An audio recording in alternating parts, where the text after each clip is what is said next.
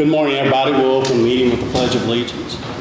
I pledge of allegiance to the flag of the United States of America and to the republic for which it stands, one nation, under God, indivisible, with liberty and justice for all. Okay, first thing on the meeting, John Heis has some stuff that he wants to do real quick. I just wanted to take a minute. On Sunday, June 25th, Franklin County schools and the Franklin County community lost a valued member in Derik Orschell. There was a 40-year-old young man lost a very quick battle with acute leukemia. I had the honor of working with Derik with our youth football program for probably the last 20 years as an official on the field, and he was coaching just not a better representative of Franklin County to be had, in my opinion. And it's going to be a great loss to the community. Just wanted to take a minute. Number one of the coaches has asked is he is not really rest, but his visitation services tomorrow at the high school from 2 to 6:30. One of the coaches that asked that any businesses would put out there hashtag Love Strong, decorate their storefronts just to show their support for the family. And I'd like to just take a minute to start the meeting with a moment of silence.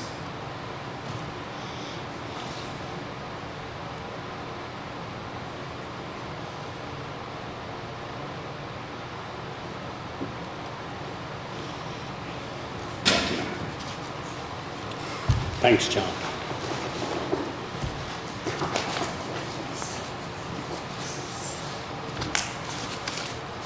First thing on our agenda is using ARPA money for the match on the public transportation van. Is Miss here, John here, or anybody? John?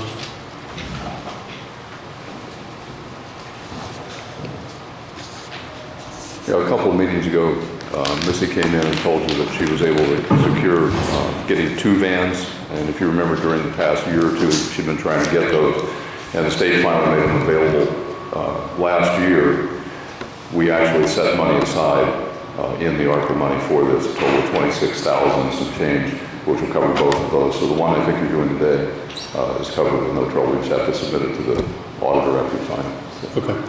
yeah. Is that good? All right, thank you, John. You're welcome.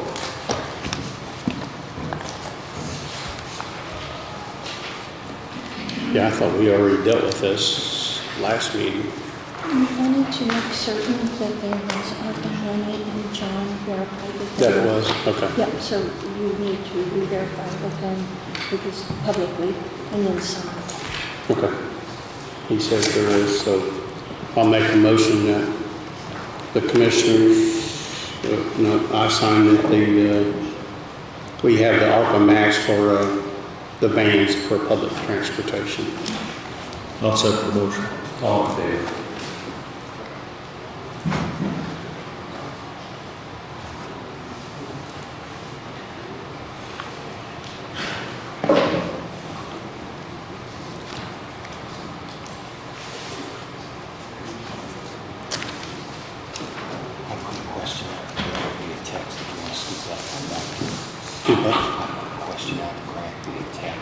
Okay. You want to skip that and come back? We will. Always here. We can ask him, he's here now. Okay. Grant, we have a question on this TIF. Yeah. I think the commissioners would like to see it, or is it up, not up to 15%, but 15%? Is that cool? Or? The problem with that is there's no provision for it to be automatic in the state law. There is a state law where you can share with schools. The problem is that the school doesn't present enough projects that you can come to an agreement on and partner with, then you can't do the 15%. That's the reason for that up to. I mean, you could put stronger language in potentially that strongly encouraged, almost up to the point of mandating the redevelopment commission to agree to that if it's a reasonable project, but there isn't really a provision that says anything automatic would go over on the 15%. The only automatic provision is that you could agree to pass through excess assessed value, some percentage of that. And if you do that, it's pro rata across all of the overlapping taxing districts. It would not apply to just the school, it would apply to the library district or whoever else was an overlapping taxing district for that area. That's the only one that's automatic. So then as long as the school provides an acceptable project for the 15%, they would get the full 15%. Is that what I understand? I think, yeah, you could, and if you want to tweak the language just a little bit to make it stronger than the up to, we could probably do that. But I just don't think you can get to it being an automatic blanket.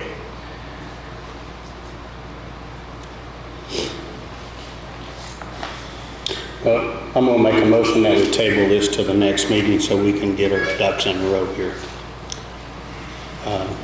And know exactly what we're voting on and passing. I'll second it. All in favor?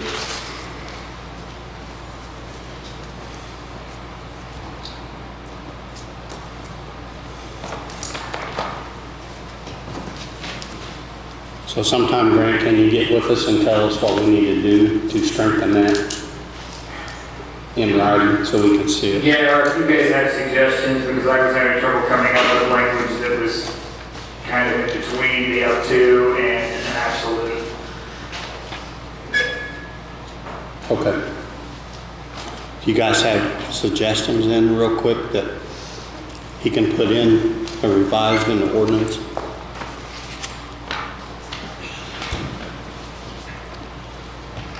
I guess I could put that if the redevelopment commission rejected a reasonable project, that something about the school bringing it to the commissioners possibly, or I can think if we could get by with something like that. Okay.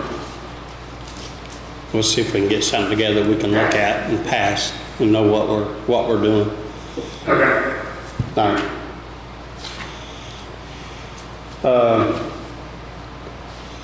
We've been working forever on this nuisance ordinance thing. And Kurt had a couple questions on the final draft, how to answer them.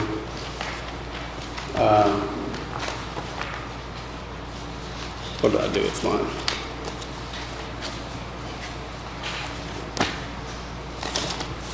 Was it number 3? It's number 3. Oh, what did you do with yours?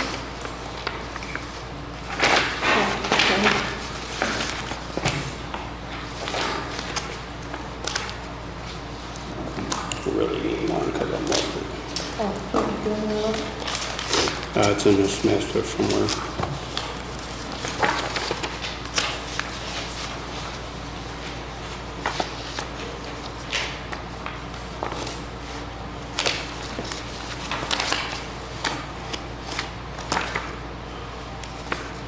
Yeah, I don't know where it is. You got yours marked, Terry? Yeah, but I can't find You it. can't find yours either?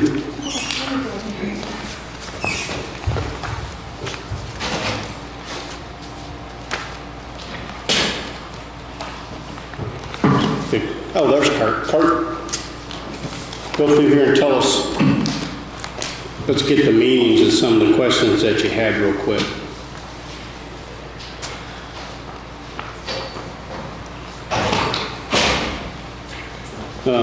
Did you have something on definitions? I'm sorry, Tom, I didn't hear. Did you have something on definitions? Yeah, some on definitions. Okay. You want to know if that's public or not, right? Right. It'd be number 6. Yeah, item 6 on there would be structures defaced with paint or otherwise. I just wanted to know whether that included private property and public property. You, Grant, I think it would just be public property, but not private. That's up to you. I would say if you want it to be that, you probably should insert that language in there. Because I can see if somebody has, you know, something gets scratched out, they're just refusing to clean it up, that could come into play on private. So if you wanted to just say public, you probably need to tweak that. Well, I think our concern with this, if Kurt painted his house pink and I didn't like his color, I would make a complaint I didn't like the color of his house. This did have, originally had graffiti in there. In the last meeting, there was talk about taking the graffiti part out, which I've done. But I think that's more of what it's targeted to, is if something gets graffitied and somebody's not cleaning it up. So I I think guess we'll insert- my thing was, I didn't know if I would be, if I'm the one who ends up doing the inspector part of this, would I be chasing down people putting on graffiti on bridges, or trying to chase down violators there? Well, But this would be going after the property owner for not cleaning it up. If you're saying public property, then you would be going after the municipality for not cleaning it up. Okay. Yeah, the actual act of doing it would fall under criminal law and thinking, and civil suits and things like that. This is just if somebody didn't clean it up. what was the next one there, Kurt? Section 6. On item 14 on page 2, the motorized vehicles which are inoperable for more than 6 months, I just didn't know how we were gonna prove that they've been inoperable for 6 months. I think you can put whatever number you want in there. The problem is my thought is if you went out there and it was inoperable one time, maybe it just broke down. I think realistically, it probably is gonna mean you have to check it a couple times and see if they're still there. I didn't, because, you know, I probably had a broken down vehicle in my drive for a couple weeks until somebody got there and fixed it. So technically that would be inoperable, but this is, if they're leaving it there for a long period of time, then that's a different ballgame. Okay, So I guess we really don't have to say it's 6 months to the day it's closed. all right. I think it would be just, you went out once and checked it, it was not operating, take a note of it, and then if it's still sitting there when you drive by 6 months later, if it's still not working, then there's a problem. There's more what I would be shooting for. Okay. All right, on page 4, the first full paragraph there talks about placing hanging tags on doors for prior to sending any kind of letter out. It's permissive that you may do it, you don't have to do it. If you guys aren't comfortable doing it, it's fine just to send a notice. Okay, Yeah, I think that's what we need to do, send a notice instead of putting a hand tag on the door and then the neighbors all see it. correct.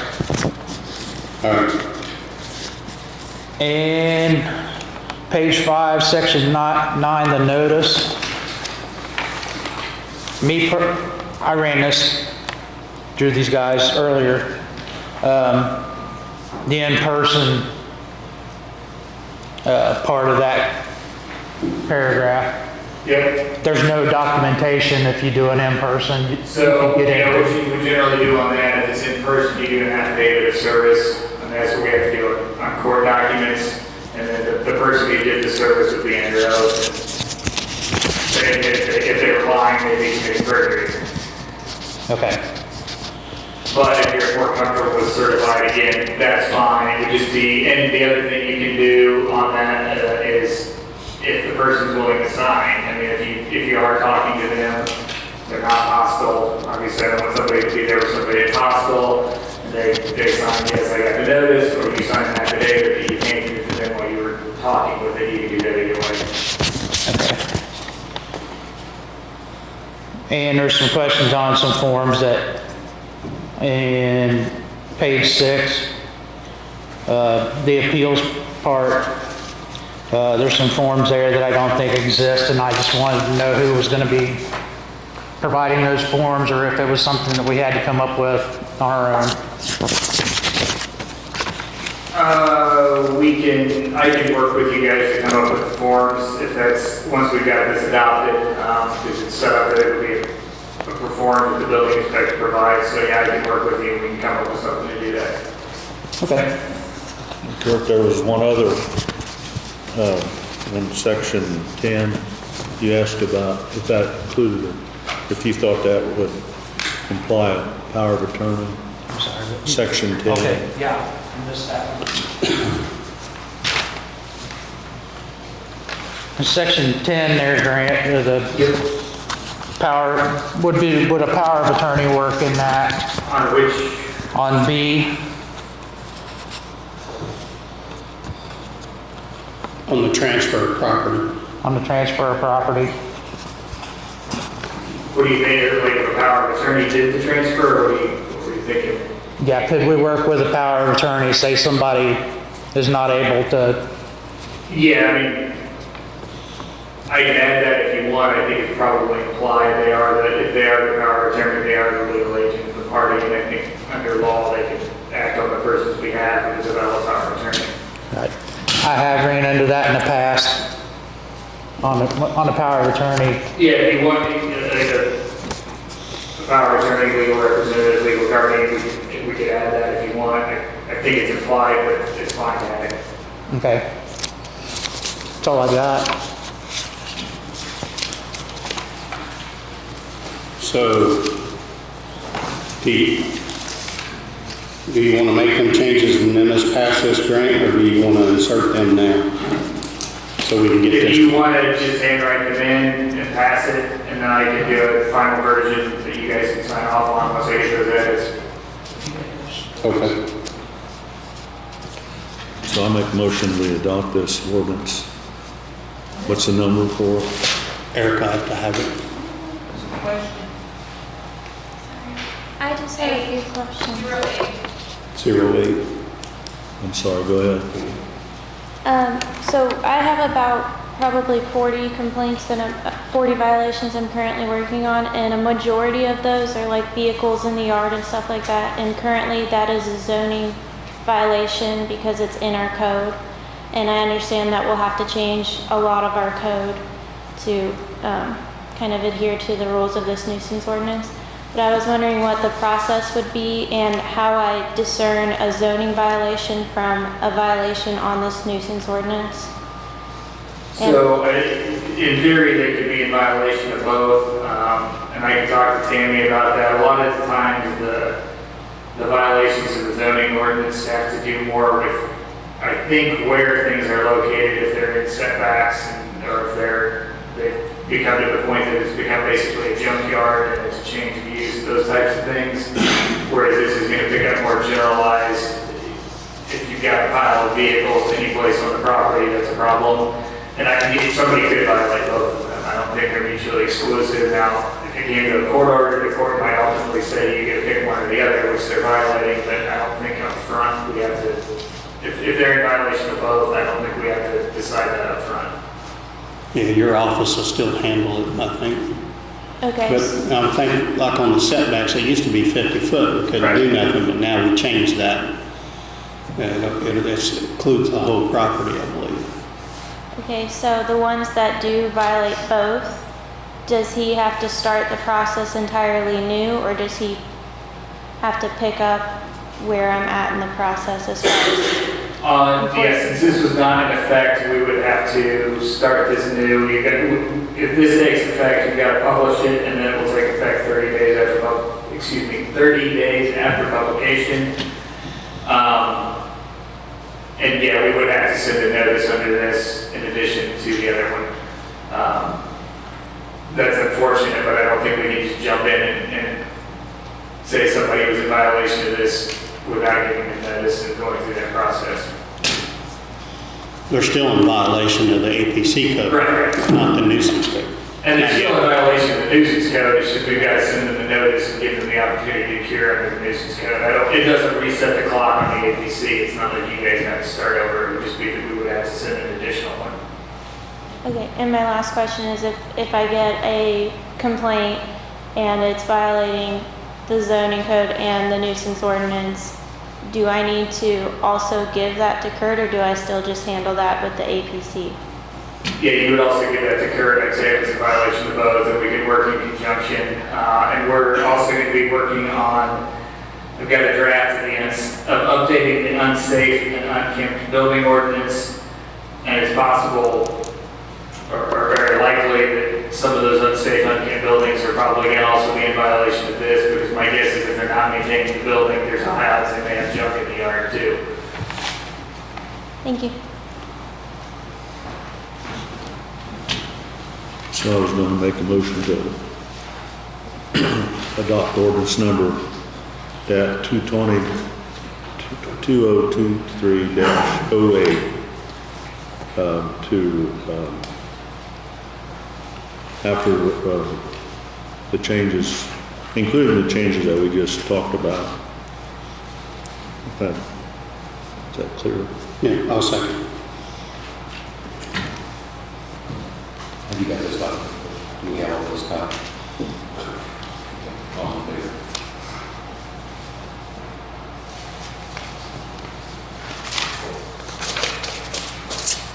You want to sign one of them or?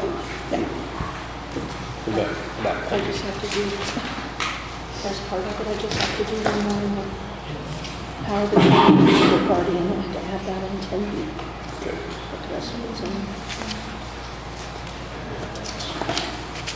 What's the ordinance number, please? 08. 08. Thank you.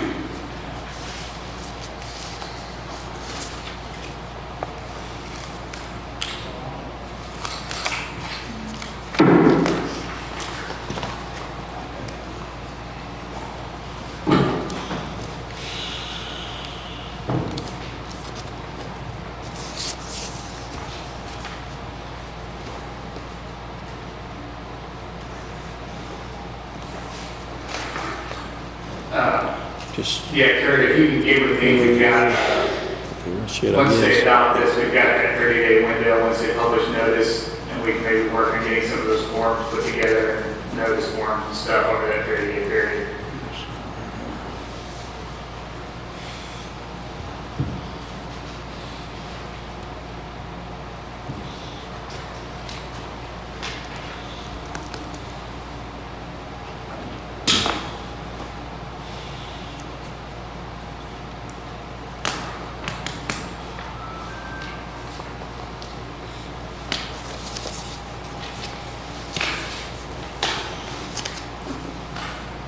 All right.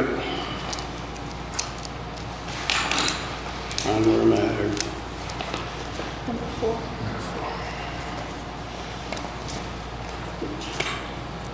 Okay. This is a resolution to amend Resolution 2022-08, reestablishing a ditch fund. Okay. Yeah, I can touch on this briefly. It was in 2022, based on accounting system changing and multiple administrations through the surveyor's office. It had become unclear on exactly tracking some of the balances of ditch funds. So last year we went back through and pieced that together as best we could at the time, as far as what should go where.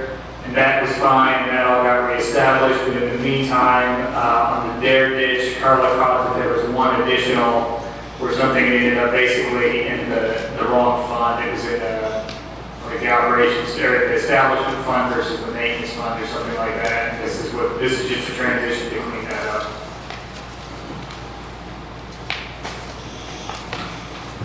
So mainly this is to deal with the Dare ditch. Yeah, it's just to clean up in the Dare ditch. She probably, there was one additional confusing accounting, and we just need to get a baseline set going forward. There doesn't appear to be any money missing, anything like that, or any problems. It's just making sure it's in the right bucket and getting a baseline going forward.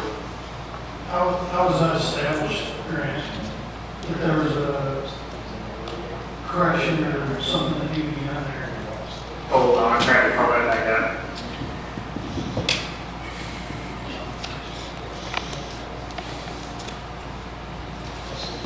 You should just be done in the drainage board.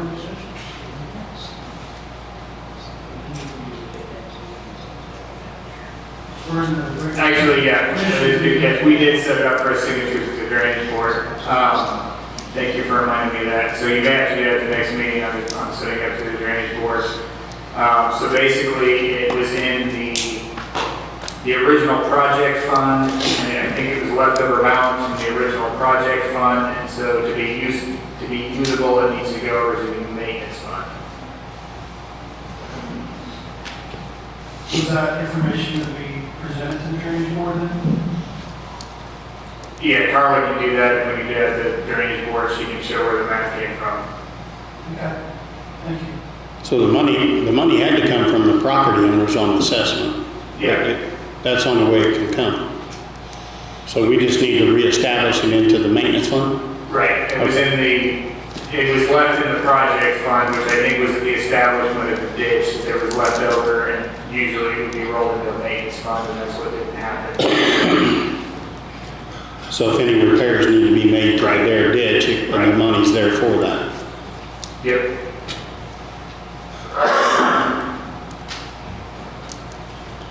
Okay, I'll make a motion to table this to the next meeting, so the drainage board can fix this resolution. I'll second it. All in favor?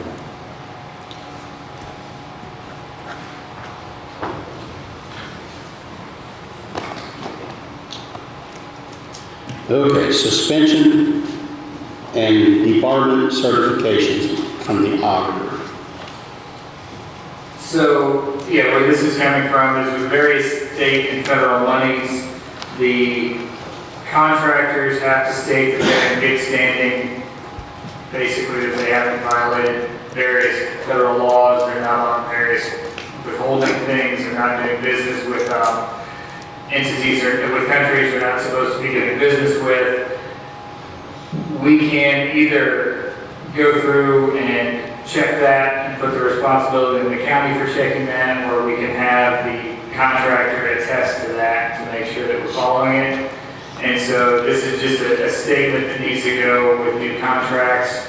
Particularly, it's going to be where grant funding is involved. It's going to be particularly critical to make sure we're meeting the requirements, and the contractor basically needs to sign that they're in good standing and they're not in violation of these types of federal laws. We got that. Other counties were using this form, and some government agencies were using basically this form, and we just adapted it so that it would fit for Franklin County. So this is not an ordinance or a resolution, this is something that... We're just adopting a policy, and I think at some point we're going to have to, we've got several of these things coming up, we probably are going to need to consolidate them into a handbook, so I think you just need to approve, for now, just approve that statement and move it, we include it with contracts, that the contractors certify that. I make a motion that we adopt the suspension and debarment certification forms presented to us, and that this be a part of all future contracts with Franklin County. I'll second it. All in favor?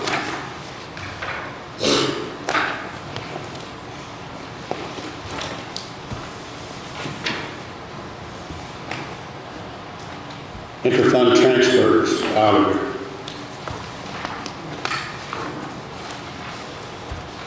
I think this is something the state board of accounts is requiring to show that the transfers are back to give you more information. Can you tell us on this, Erica?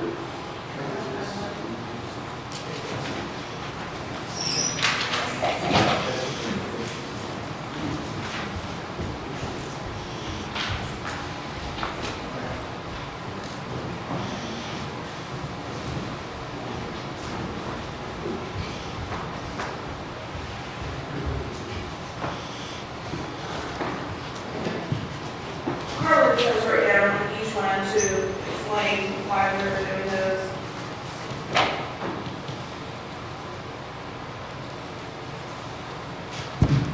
Erica, is this something the state board of accounts wanted?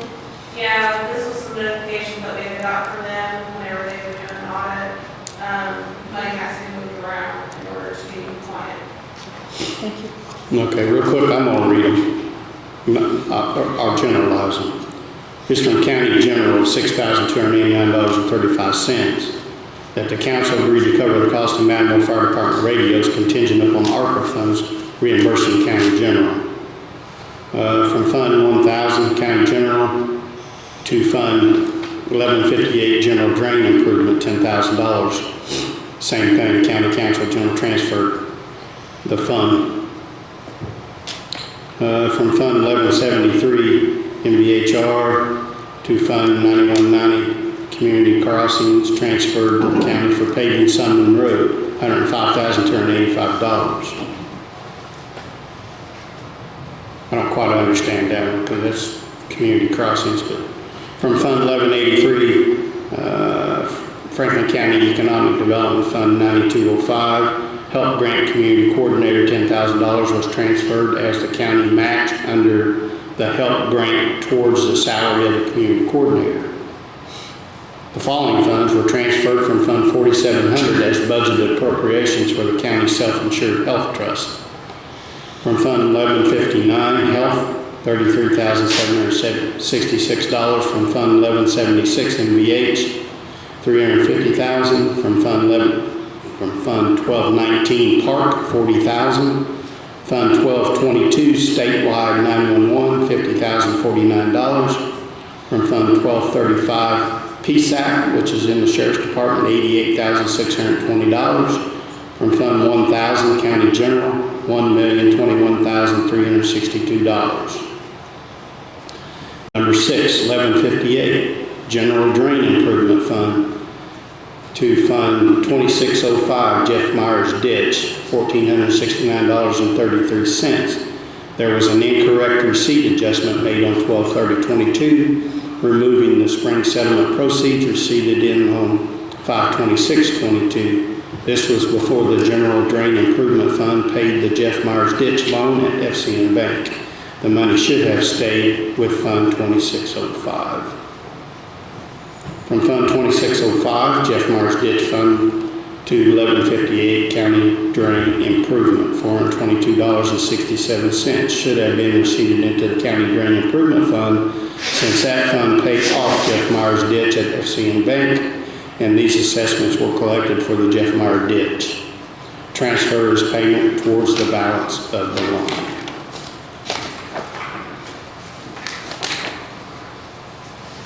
So, being the auditor needs this done, that's an explanatory of it.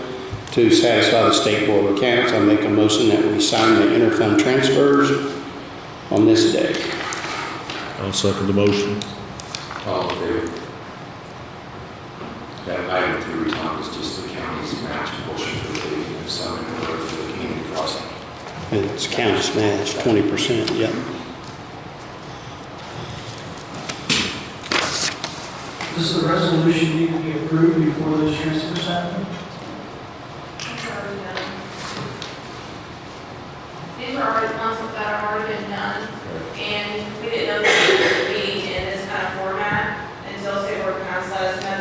So you'll probably see more of these because we have to come forward and get a signature every time now. So We do that, any kind of interfund transfers.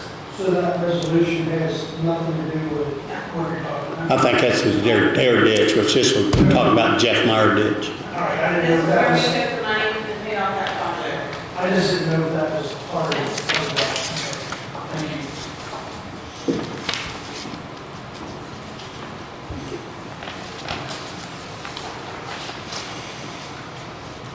you. Southeastern Workforce Board's local elected officials agreement.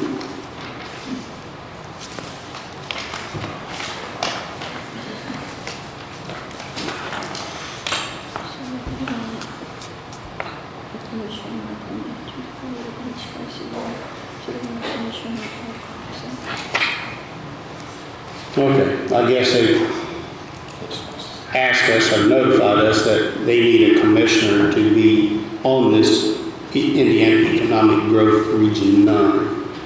They meet 2 times a year, and they need 1 representative from the county commissioners. So I think I volunteered for that. Did you? Okay. So Jerry Wendell has already volunteered for that. Let's see, on the back, it's got all the county commissioner signatures.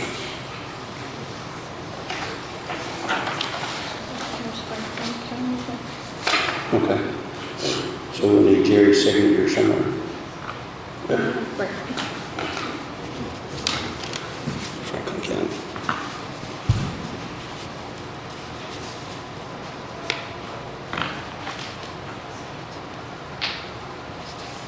Next on the list is Mr. John Palmer with Hoosier and Durham Legacy Program Help.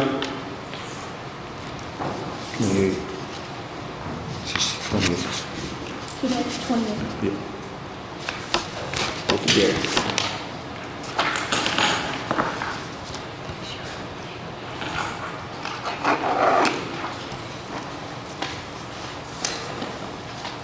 Talk to us, John. Okay. The reason I'm here is just to bring you up to speed where we are with the HELP grants. We went through the last several weeks of getting public input as to what we might need to do in the county to try to use this money wisely. And we went through then some committee hearings in conjunction with 4 different universities and OPRA. And we came up with a set of projects that we're going to put in the the strategic investment plan. That goes to Purdue, and Purdue then has about 2 months to put that into a nice form, I'll put it this way, that we can actually present to people if we're looking for investments in the future, as well as what the projects are we have in now. There are 4 projects that were put in on the county's part and 3 put in on the town's part, Brookville. The ones for the county were improving the Laurel Community Center out there and getting that to a position where we can use that for a variety of functions, one of which they're already trying to use it for is a food bank. Obviously, you folks probably know that they're doing a great job with the gymnasium and things like that, but the rest of the building needs a lot of help. Tom, you've been out there with me. Absolutely. All the old classrooms, we want to refurbish those and provide things for like child care, space for health care things, maybe some counseling for mental health or drug abuse, things like that. So that's the Laurel project. Also, Metamora, we're trying to acquire a building that we can set up for a community center, but also more importantly for healthcare aspects there as well, because that's one thing that came through loud and clear in all these meetings across the county, but especially out in the western part of the county, is that it's pretty devoid of any easily accessed healthcare.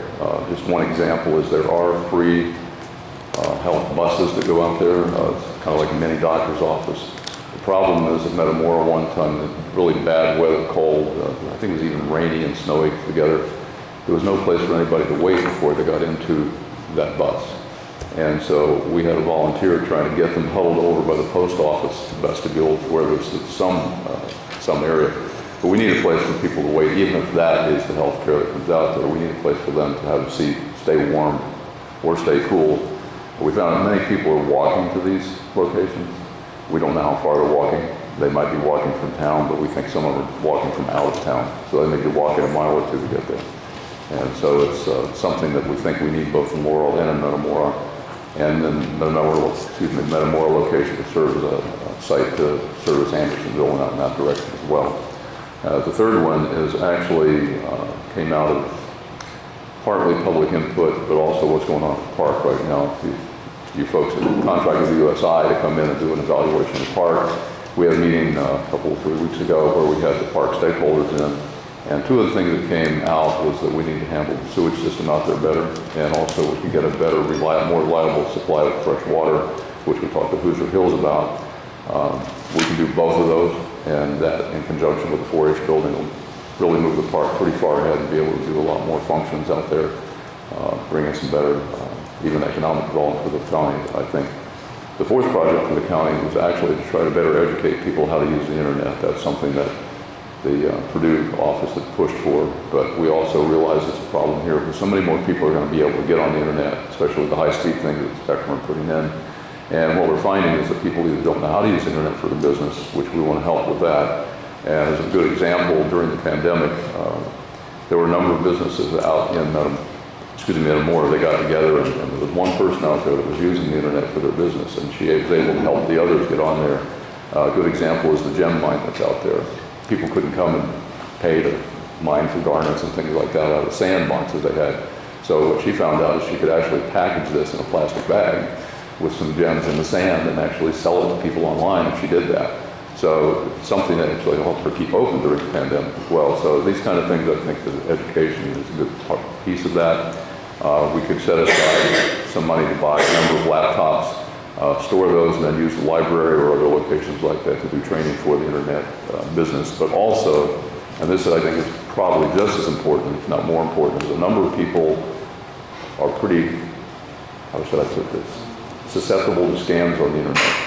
And you're going to get on high-speed internet, you're going to get a lot more of these scams. So we want to let people of all ages, whether old or younger, how do you recognize a scam? How do you avoid it? And so we can show them how to do that. I think that's going to be good. So that'll be a long-term thing. The computers will last for quite a while, and we can just keep doing this over and over again. So those are the 4 projects for the county.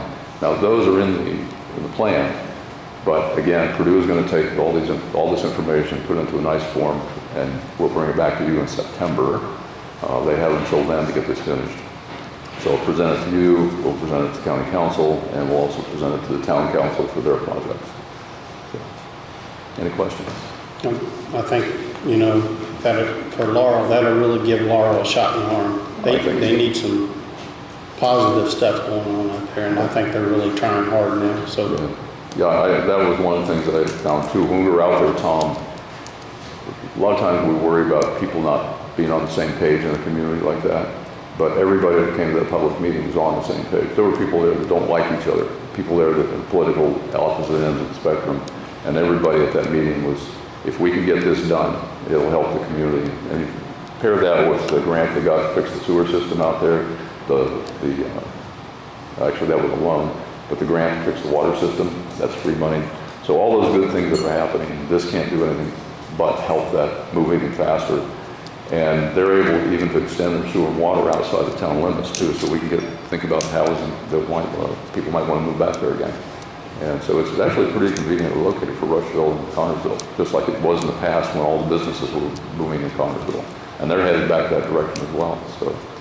So I think it's a great thing that we can do for these projects. And we didn't commit all of the money that we have. There's some still sitting there because we're never sure whether something's going to cost more or whether another project's going to come up. So we still have some money that we can commit to projects even after this SIP is put together and back in front of you in September. And I wouldn't doubt there might be a project or two we put in there before it comes back to you.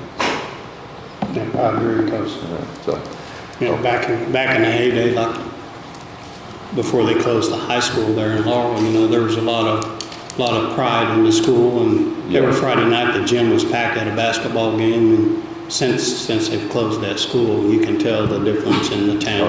Oh, absolutely. And I was amazed the first time I went there and saw how good a condition the gym was in. And the fact that they've got a kitchen that works, and the old cafeteria, they can still use that for meetings and things like that. So I think just being able to get those other classrooms set up there where we can get some people to come in and pay rent and help keep the building up. So this is not just put the money in and let it go back downhill again. This is really designed to keep this building functioning and give people a little bit more pride. And so this is what we've got now. So, sure. I appreciate it. You're welcome. So Off topic a little bit, but you mentioned the internet, high-speed service, and we talked yesterday about the new Fairfield area, and I know they're not alone in the county. Had a couple of calls from New Fairfield regarding wide spectrum terminating their line on Causeway Road. So you said that New Fairfield was assigned to what company? Well, the interesting thing is that area has been claimed or awarded that territory by the federal government. It's called Mercury Wireless, and they're out of Minnesota. We have yet to hear a word from them, and I've talked to Spectrum about it. This whole thing came about because the federal government had something called an RDOF auction, which is Rural Development Opportunity Fund. And so what they did is they said, all these areas that have poor to no internet service, what will your company charge to hook everybody up in that area? And so this Spectrum got the biggest part of the county, but this Mercury Wireless right there, dead center on that lake, it includes me, and New Fairfield is in it. And the crazy thing is, Spectrum had territory almost right up to the edge of New Fairfield, but it wasn't part of their assignment, so they can't put anything in there until they get rights to that. So I actually have a meeting next week with somebody from Spectrum, and they have a plan to try to take over these territories if they can, if the federal government gives them permission, And they'll be working with the state of Indiana with their Next Level Connections program. And so I'm going to talk to them to find out what we can or cannot do to help them along this process. And I've said it all along, if I'm the last one hooked up, I'm happy about that. I want to make sure everybody's hooked up first. But until we get some movement from the feds to say, okay, Mercury Wireless, you haven't done anything, you're out. And that could be December this year. But then we have to have a plan for what we're going to do, and that's what I'm trying to work with Spectrum on now, is to see what that plan is going to be. And they're not the only location that has a problem. Spectrum's territory stopped at Lakeview out on 52, and it doesn't include Andersonville. It also doesn't include parts of Zenexburg Road, things like that. So there's still pieces in the county that are not covered by Spectrum yet. And they're probably our best bet if we can get them working with a plan in the state of Indiana to get everybody else hooked up. Tom? They haven't connected me up yet. They're at the bottom of the hill, but they have not. Well, Tom, you give me your address and I'll check with them and see when you're going to get it. They said last December, but that's gone and passed. I think that they're probably going to get to you sometime late this summer. Do you know if they came by on 52 to lay anything in the ground? Did you see them boring or anything like that? Down on the bottom of the hill there. But Okay, I'll check with him though. Faye, you probably have his address, right? Oh, I have nothing. Okay. How many cell towers do we have in Franklin County that are not turned on? I know of one. I don't know if any I know other. of 3. 3? Right. Yeah, and that, fortunately or unfortunately, is not part of this program to hook everybody up. But the interesting thing about cell towers is, are they, the ones that you know of that are not hooked up, have they been built and never turned on, or were they turned on and been turned off? There's They've a, been built. but never turned One on. right outside of Oldenburg, one's on G License Hill, and one is on Pump House Road. Yeah, so there's a lot of things that the companies do looking forward. Well, I want to know what the federal government is paying them to build towers, and then they're not turned on. That's, I think we're addressing that. Is that right, Caitlin, in that new telecommunications ordinance that we're about to pass? That, you know, they're required within a certain time, I think, to thank you. turn I have that on. often wondered why that wasn't part of the plan years ago. Yeah. They kept their money and ran. Anytime you work with the federal government, it's very confusing to find out what they have an intention to do. So anyway, any other questions, Jerry? Anything? No, thanks, John. Appreciate Okay, it. you're welcome. Miss Amy? I don't know if these have been approved by grant. Just like that. She said he was going to. Good morning. Morning. So I have 3 contracts that I'm looking to get approval on. These are all grant-funded contracts, so none of them have any cost to the county. The first one is the security cameras. It should up at the top say camera equipment purchase agreement. This is a project we've been working on for a couple years. We did the security camera installation at all 5 of the Franklin County schools. And then this is a second part of that project to put security cameras in several of our public safety buildings. It'll be Laurel Fire Department, including their Andersonville location as well, Blooming Grove Fire Department, Druersburg Fire Department, both stations, Oldenburg Police Department, and both Highway Department locations. So that agreement is for $34,883.90. And in there, we're putting an agreement to put 50% down payment on the equipment only, and then the rest of the equipment expenses, as well as the installation fees, will be paid when the project's complete. So the bidder on that was Lorem. They were the only bidder on one. So that is the first contract. And I did include, in all 3 of these contracts, I did include the new suspension and debarment certification. So there's no upfront cost to the county? It won't cost the county a dime to do any of this, it's all grant funded. Okay, it just needs to be tracked through the auditor's office? Oh, yeah, I'm tracking all of those cameras. Who monitors the cameras? Do what? Who will monitor them, like at Oldenburg Garage? Who will monitor that camera? The highway department will have access to that, so it was gonna be Jackie, I guess, and it'll be fed to the Brookville station. That's my understanding. So whoever's in that new admin position will have access to that. Just during the day, nobody? No, it's 24/7. I know, but there's nobody down at the, Well, they can, I believe they can have it on their phone, so they can have access pushed to their phone. So we should, I'll cross my fingers on that, I'll check with Josh, but they should be able to access it 24/7. Or if you guys wanted to access at your homes, we could probably figure out a way to do that. maybe our phones or something, but every time there's a call, your phone will go off and then you gotta run over to Oldenburg to Yeah. see a bird in the, My dad's Ring camera goes off all the time because of spiders and bugs flying in front of it. I feel you. okay, what's next? If they had, I just got a question, if they had to review any of that footage, how long does it stay? So in the RFP that I put together, I requested a minimum of a 30-day storage of footage, but I want to say it was 60 days. Josh mentioned 60 days was possible, but I know it's at least 30 days. These are really nice cameras too. It's the same ones we put in at the schools. Grant, did you look over these contracts? Oh yeah, Okay. all three of them. Amy, what's the purpose of the cameras in the fire departments?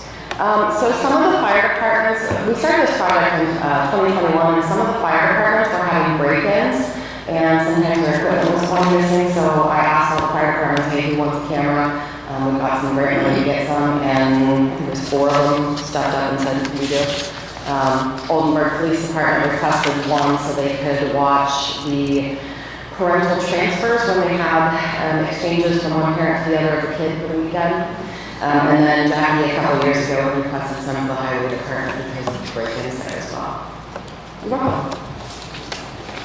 Okay. Okay. I'll go ahead and make a motion. Let's do one at a time while we're there. So, Okay. I'll make a motion that we go ahead and approve, sign for the cameras, $34,000 and change to be installed by 8/31/23. Seconded. All in favor? Thank you kindly. Do the second one next. Or do you want to do it last? Okay. Go ahead, Amy. Okay, the next one is it says at the top, agreement for contractual services. It is for the Local Emergency Planning Committee, or LEPC. And if you're not familiar, the LEPC focuses on hazardous material training and exercising for first responders. And we are working on a cross-border exercise, actually 2 exercises with Ripley County. One is going to be a discussion-based exercise where we sit around and talk about our plans and what we would do if there was a spill or an incident. And the other one is going to be an operations-based exercise where we actually put on the boots and the gloves and practice responding to a spill. So that is actually going to be done in Batesville. We are trying to work with a company up there to see if they would host us and do the exercise at their facility. That is for $8,995 to do both exercises. And the company that won the bid on that is Resilient Strategies. They actually did an exercise for us about a year and a half ago as well. So that one is, that will also be done by mid-September. The grant on this expires at the end of September, so I'm giving them a couple weeks to get it done. Okay. I'll go ahead and make a motion to sign the agreement with Resilient Strategies for the LEPC trainings to be done by the end of September, so I guess they can get paid or the grant ends. Yep, they have to. They know this.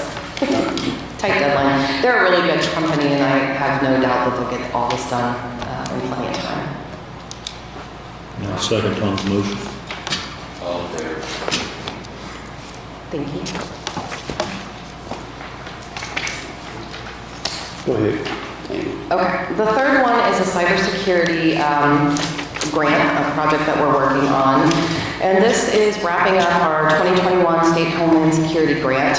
So we've done a number of things with this grant to date. This is the one that we purchased the new servers and storage units on for just under $150,000. We've developed a technology use policy for all county offices. as well as a cyber business continuity plan. And this is, I talked to you a couple weeks ago about the Purdue project agreement that you signed where they're going to do a cybersecurity survey and assessment of us. So I'm gonna let Randy jump in here and talk a little bit more about this one because he and I have been working in close collaboration on this one.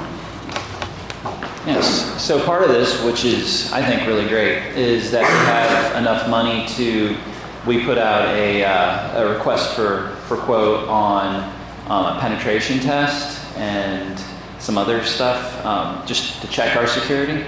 And we talked to 2 different companies, that's all the bidders we had, but the one that we chose was, I've had a couple conversations with the guy's name is Will, and I'm really comfortable and excited about what he's going to do.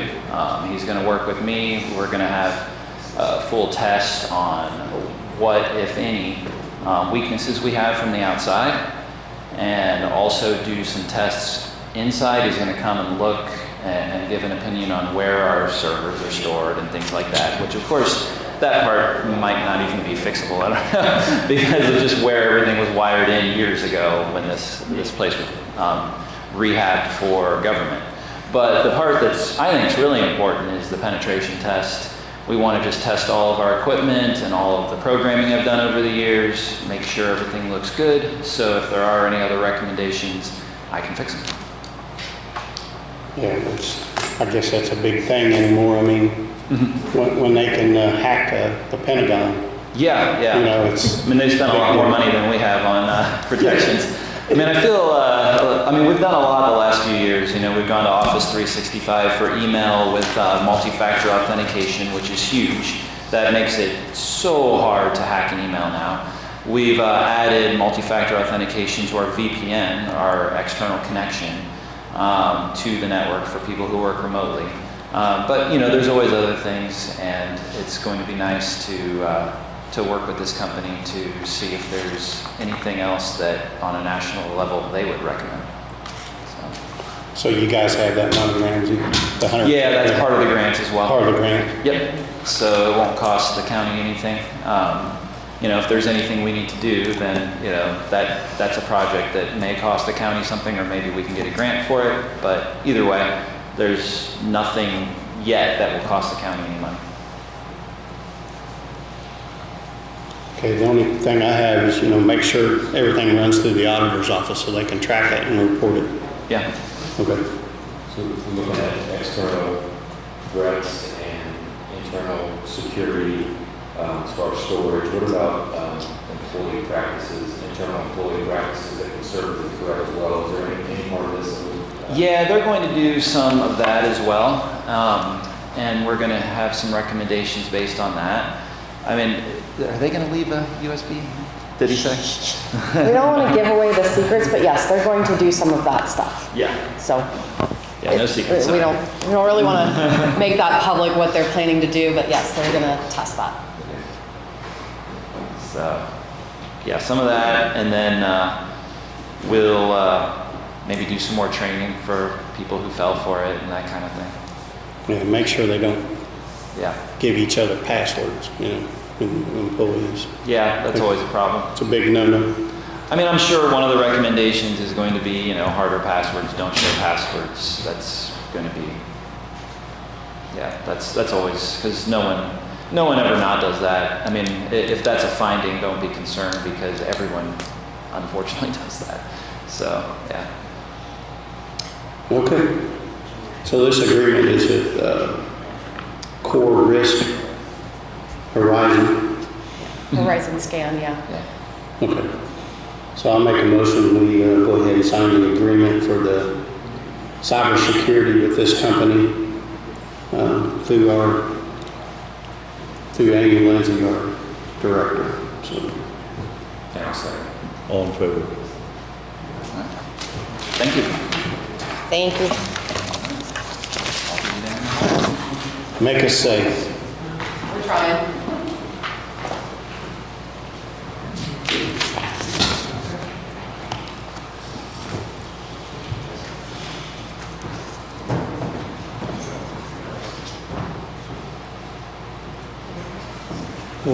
Next thing on our agenda is the Commissioners meeting minutes from June the 14th. Do we have any additions or corrections in the minutes that you've got seen?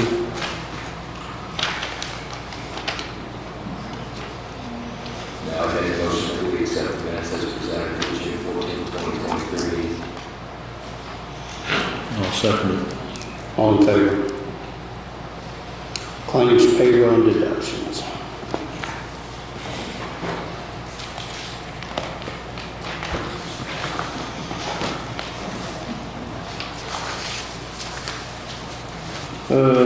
Regular claims, $271,524.88. Utilities and the bond, $293,732.21. Payroll, $214,304.74. And these have been approved by the auditor and signed. So I'll make a motion that we pay our regular claims, utilities and bond, and payroll. I'll second the motion. All in favor?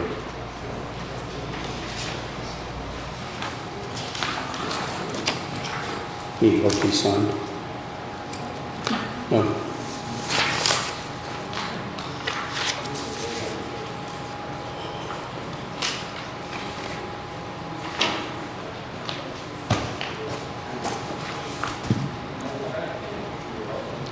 All right. We have, It's the EPC to send. yeah, being in our last meeting, we rejected the drainage, so we have to officially send it to the APC.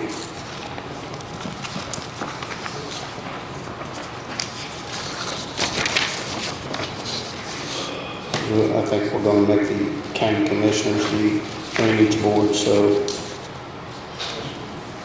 as of today, we'll notify the APC that the drainage plan was rejected.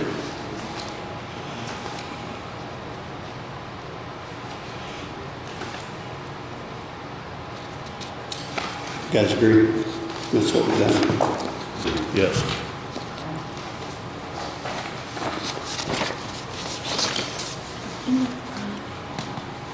When that money is approved as a contract with the state, has to see it first. Should be I thought there was problems with it. and then if you can't sign that page, so you guys can't because there's problems, and that's the way that the state sometimes runs that. So just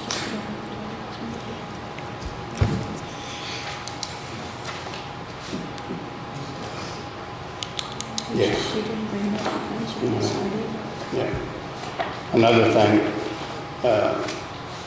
while Grant's gone, damn. Senate Bill 4, which is to do with the health department, on monies and restructuring it really. And Dr. Welsh is wanting to get something in place because we've got to have a budget into the state by September the 1st.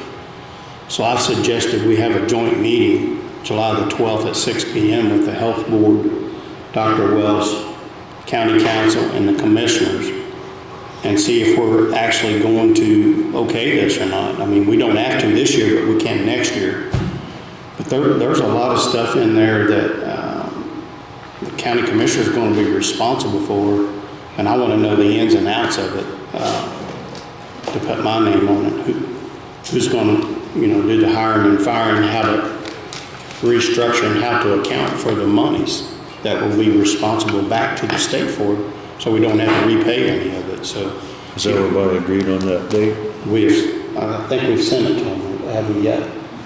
No, I've got to get it all together. Okay. I have to get with, I had to get the health. Okay. He's good with it, but I don't need to. Dr. Welsh is a state person, I haven't heard that. But we need to do it as soon as possible because it's going to take some time to do a budget. I know Ripley County has done theirs, so maybe we can get with them because got the same health officer and see what we're going to do. But we need to find out even if we're going to accept it or not. So You guys all right with that, have a meeting, a joint? Public, are we a public meeting? Yes, but we have a request as well for a meeting with the chief medical officer for the state. That's it. Yeah. Okay, I didn't hear that. I didn't hear them mentioned in the list that you gave there. Yeah. So that's the background. Yeah, I mean, we gotta know what's going on. I mean, you can read Senate Bill 4, but damn, it's hard to understand the ins and outs and actually how much money we're gonna be and what they're gonna require us to do with that money, you know? And there's a 20% match too. Right. So, which is probably the regular budget money that they would have. Before I sign anything, I wanna know what we're getting into. I don't know about y'all. So if you guys can coordinate that meeting, it gives them a couple of weeks, right? To say yes or no. I mean, we can change the date or whatever, but.